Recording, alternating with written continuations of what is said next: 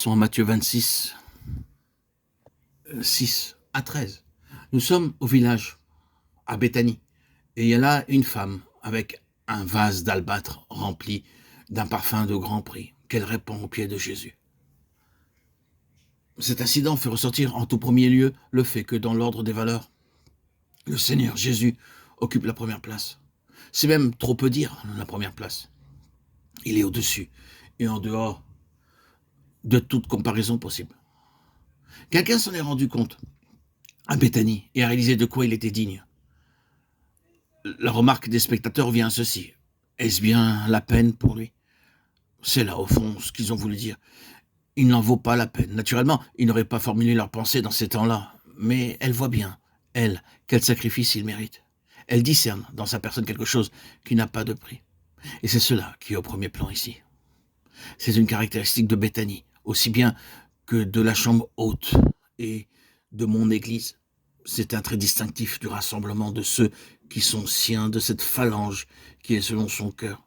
Reconnaître ce qu'il y a dans sa personne d'infini, sans prix. Réaliser qu'on ne trouve jamais rien de trop précieux à déposer à ses pieds. Pour vous qui croyez, il a du prix, un Pierre de 7. Tout cela est très simple. Mais il y a là un geste, encore une fois, qui montre à quel point était intense et profond le culte dont le Seigneur Jésus était l'objet à Béthanie.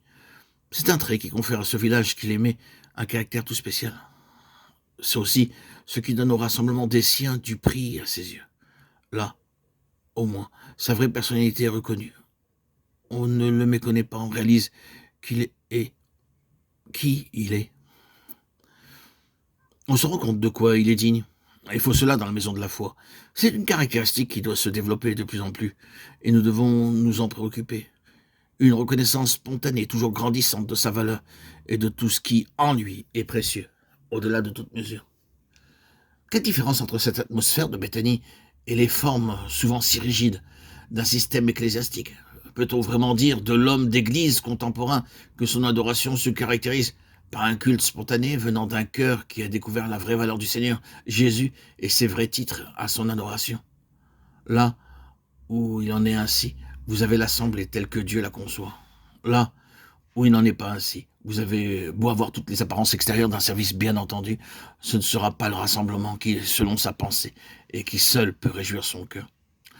Mais il y a quelque chose ici de plus, me semble-t-il. Il a fallu que le vase fût brisé, Marc 14,3, pour manifester au dehors la valeur du parfum. Il faut des brisements pour que les vases de terre dans lesquels nous portons ce trésor laissent apparaître au dehors l'œuvre glorieuse de Christ. Tant que le vase tient, tant que la matière qui le constitue est intacte et solide, tant qu'il attire les regards à cause de ce qu'il est en lui-même et fait dire à l'entourage « Quel beau vase, quel magnifique spécimen d'albâtre !» il y a un secret qui nous échappe. Nous pouvons faire grand cas de certains hommes, de leur intelligence supérieure, de leur prédication éloquente, de toute leur personnalité extérieure, prenant en considération avant tout le vase, la personne, sans jamais atteindre à ce qui est intérieur et caché. Mais que le vase soit brisé, mis en miettes, alors vous découvrez le sanctuaire, le lieu secret d'où rayonne désormais la gloire de Christ. Vous le voyez chez Paul. Je n'ai aucun doute que Saül de Tarse ne fut tant au point de vue intellectuel qu'au point de vue moral et religieux un albâtre de choix. Il nous dit de lui-même du reste tout ce qu'il était, tout ce dont il tirait gloire, tout ce qui forçait l'attention, et sans nul doute soulevait dans son entourage des murmures d'approbation.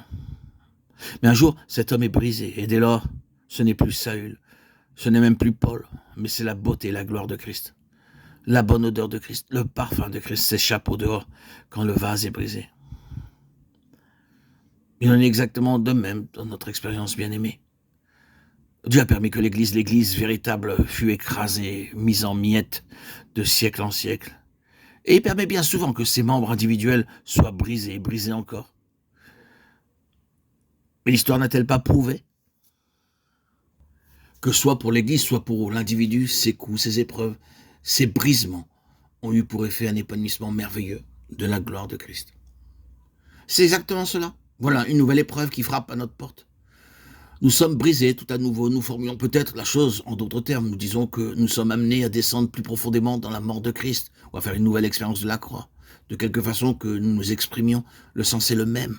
C'est le vase qui est brisé. Mais croyez-moi, bien-aimés, cela signifie aussi une connaissance plus entière et une expression plus complète de la gloire de Christ.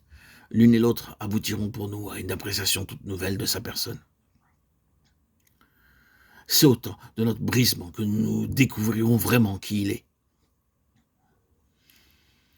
Ainsi l'Église passe par le chemin de la croix, mais elle se rend compte au sein de son humiliation que son Seigneur a encore bien plus de titres à son adoration qu'elle ne le croyait jusque-là.